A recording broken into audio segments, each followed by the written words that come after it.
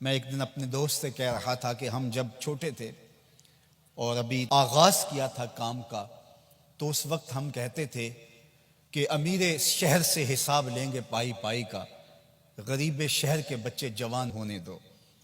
لیکن غریب شہر کے بچے جوان ہو گئے تو ان کے ہاتھ میں سوشل میڈیا، دشمن نے اچک کے ہمارے ہاتھوں سے ہمارے بچے چھین۔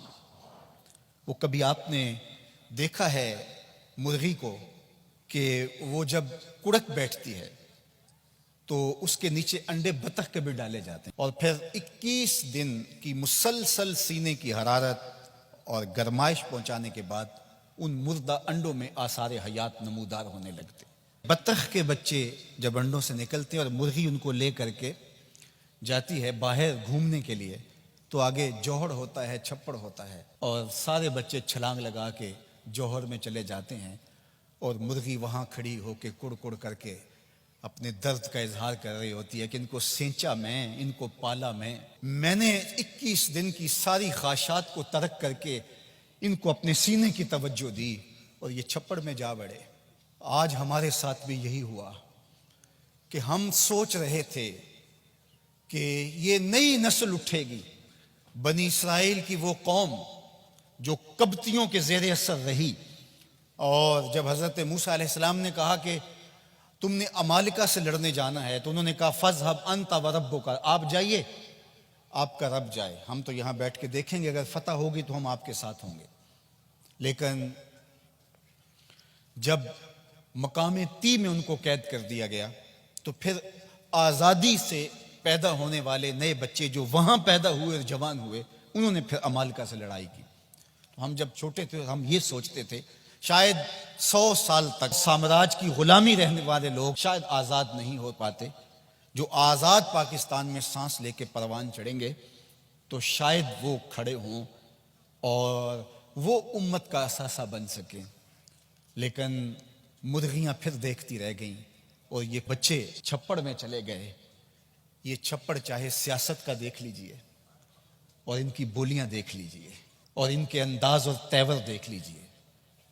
ہماری اسمبلیاں مچھلی منڈی ہیں اور ہمارے جو نمائندے ہیں وہ قابل فروخت مال ہے۔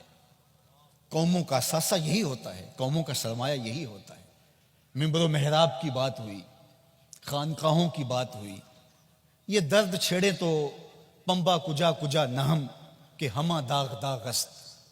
کسی نے کہا تھا کہاں کہاں روئی رکھوں، جگہ جگہ سے تو خون رستا ہے، جاؤں تو کدھر جاؤں، درد تو رس رہا ہے، خون تو رس رہا ہے۔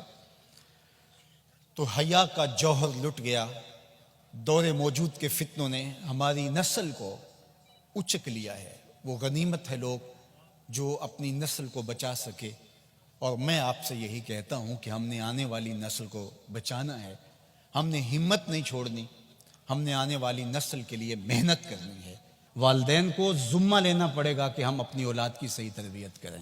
صرف جو ہے وہ پیدا ہوئے بچے اور ان کو لوگوں کے رحم و کرم پہ چھوڑ دیا اور جس مرضی سکول میں آنکھیں بند کر کے چھوڑ آئے، اور پتہ ہی نہیں کہ بچوں کی ترجیحات کیا ہیں اور بچے کدھر بڑھ رہے ہیں اور کس سمت رخ کر رہے ہیں۔ یہ والدین کی ذمہ داری ہے اور وہ اولاد کی تربیت کریں۔ پھر استاد کی ذمہ داری ہے کہ وہ اس کو ذمہ لیتا ہے تو پھر اس کی ہر طرح کی فکری تربیت، ذہنی تربیت، علمی تربیت، ہر طرح کی تربیت اس کے ذمہ ہے۔ اور تیسری ذمہ داری منبر و محراب کی ہے۔ یہ نہیں ہے کہ 8 دن کے بعد یا 1 سال کے بعد ہم نے اجتماع کیا اور خطابت کے جوہر دکھلائے اور لوگوں سے داد و تحسین لی اور واہ واہ کیا اور اس بات پہ داد لی کہ اتنے لوگ جمع ہوئے تھے، اتنا اجتماع کثیر ہوا تھا۔ یہ داد لینے کی بات نہیں ہے۔ ہم نے یہ دیکھنا ہے کہ ہم نے بات کہی کیا اور کیا وہ لوگوں کی جو ہے وہ معروضی ضروریات کو پورا کرتی ہے اور لوگوں کی مستقل ضروریات کا مداوع اس میں ہے یا نہیں ہے۔ اللہ اکبر۔ تو غلبہ دین کے لیے کوشش اور جد و جہد کرنا، اس سے کبھی بھی ہمیں دست بردار نہیں ہونا چاہیے۔